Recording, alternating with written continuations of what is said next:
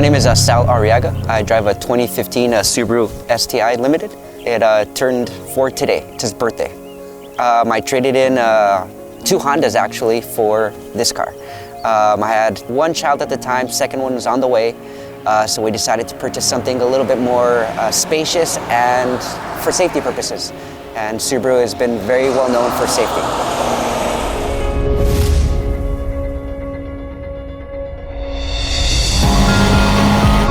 It doesn't hold my children anymore in the rear, but it's still a very safe car for the passenger and the driver. I didn't know too much about the platform. I kind of jumped into it blindly. And the more information I got, the more I kind of became familiar with the vehicle, the more I became familiar with the platform, the flaws that it had. I never intended on modifying it or doing anything to modify it. Had I intended on modifying it or planning on doing anything from the beginning, I probably would have purchased a base, saved myself a little bit of money.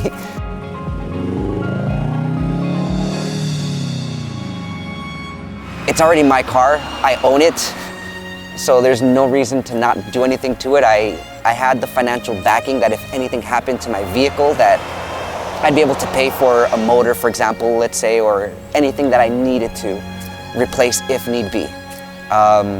So I was fortunate enough to kind of have that financial backing to not worry about what's gonna happen to the car.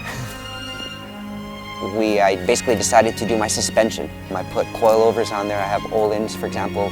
I have a lot of white line sway bars, RSR, lower control arms, Voodoo USA front control arms, just quality parts. I would have to say I did a little due diligence and found out which parts worked best for this platform, which people modified their vehicles, what they did, what they found to be the best.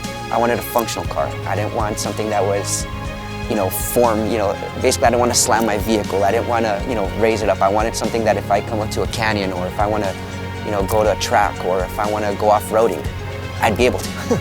My car's purpose still is for a daily functional driver. It just so happens to track well and it just so happens to show well.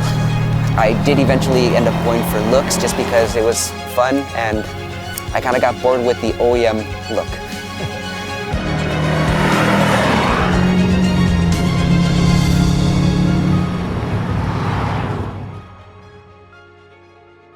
Let's start with personally my favorite stuff. I'm a big fan of the carbon fiber.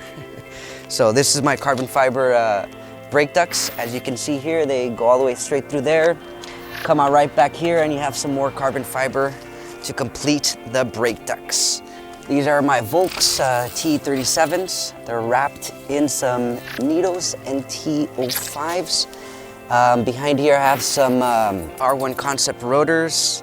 As you can see here, this is actually one of my favorite details, dress-up bolts, they're valve stem. The car obviously is not OEM, it is a wrap. It is done by Premium Auto Styling. Some more carbon fiber APR side skirts. My car was used to develop those, along with the rear spats. Back here we have some more APR goodness, the GTC 300 wing. Nice little dress-up bolts that we added on there. We also have some more shrouds back here, some APR shrouds, some more carbon fiber backing from APR. Most people don't know, but these lights are modified. So these lights are modified by Flyride. There's only 3 sets of these lights. Inside here we have, for example, my cage. It's a custom cage done by Mobile Wealth Specialist. Bridge seats, as you can tell, some Zetas. Carbon fiber steering wheel. We have carbon fiber brake, my armrest, my brake handle, my shift knob, the top of there, my sun visors. They were all redone, custom done. Some Takata seat belts, AEM gauges. We have some APR shrouds. We have Odyssey, we have Coilrad, we have Grimspeed, we have Cobb, we have IAG. We have pretty much every major company, quality company. Oh, Grillcraft, these lights here. I did some R&D work for Grillcraft, so those lights are very functional and they're very bright. Under here, I have a light bar, which it's very hard to tell during the day, but it's very fun to play with at night. There are still things that I would like to do to the engine. Ironically enough, I still want more power behind it just to see what it can do. When I began modifying the car, I took it step by step. One of the things I always, I kind of noticed what people are doing, and I noticed that the pattern, everybody went for engine mods. Engine immediately. The things that are important in my mind are your tires, your brakes, suspension, and necessarily in that order, I guess. I want to do more to my vehicle, but then I don't. I'm to the point that every mod from here on through is going to be between $5,000 to $10,000, no matter what I want to do.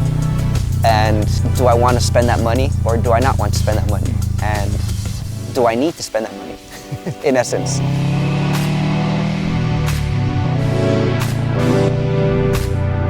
It's a never-ending process. It's sickness. Modifying is a sickness. Yeah, there's really no reason or rhyme to, in my opinion, why people modify their cars. Aside from personal enjoyment, personal pleasure, I enjoy it. I mean, I have other hobbies, but I think this is probably one of my more expensive hobbies.